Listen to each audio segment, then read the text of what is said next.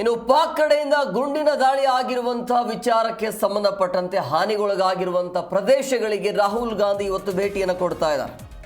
ಭಾರತದ ಗಡಿ ಪ್ರದೇಶಗಳಲ್ಲಿ ಪಾಕ್ ಗುಂಡಿನ ದಾಳಿಯ ವಿಚಾರಕ್ಕೆ ಸಂಬಂಧಪಟ್ಟಂತೆ ಕೆಲವೇ ಕ್ಷಣಗಳಲ್ಲಿ ಪೂಂಚ್ಗೆ ಸಂಸದ ರಾಹುಲ್ ಗಾಂಧಿ ಅವರು ಭೇಟಿಯನ್ನು ನೀಡ್ತಾರೆ.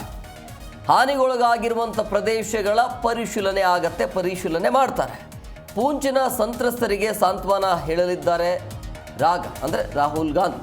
ಮೃತರ ಕುಟುಂಬಸ್ಥರಿಗೆ ಸಾಂತ್ವನವನ್ನು ಹೇಳಲಿದ್ದಾರೆ ರಾಹುಲ್ ಗಾಂಧಿ ಅವರು. ಪಾಕಿಸ್ತಾನ ನಡೆಸಿರುವಂಥ ಶೆಲ್ ದಾಳಿಯಲ್ಲಿ ಮೃತಪಟ್ಟವರ ಕುಟುಂಬಸ್ಥರನ್ನು ಭೇಟಿಯಾಗಿ ಕುಟುಂಬಕ್ಕೆ ಧೈರ್ಯ ತುಂಬುವಂಥ ಕೆಲಸವನ್ನು ರಾಹುಲ್ ಗಾಂಧಿ ಅವರು ಕೂಡ ಮಾಡ್ತಾ ಇದ್ದಾರೆ. ಇನ್ನೇನು ಕೆಲವೇ ಕ್ಷಣಗಳಲ್ಲಿ ಈ ಪೂಂಚ್ ಅನ್ನುವಂಥ ಗ್ರಾಮಕ್ಕೆ ಭೇಟಿಯನ್ನು ಕೊಟ್ಟು ಕುಟುಂಬಸ್ಥರಿಗೆ ಧೈರ್ಯ ತುಂಬುವಂಥ ಕೆಲಸವನ್ನು ಮಾಡ್ತಾರೆ. ಜೊತೆಗೆ ಹಾನಿಗೊಳಗಾಗಿರುವಂಥ ಪ್ರದೇಶಗಳ ಪರಿಶೀಲನೆ ಆಗತ್ತೆ.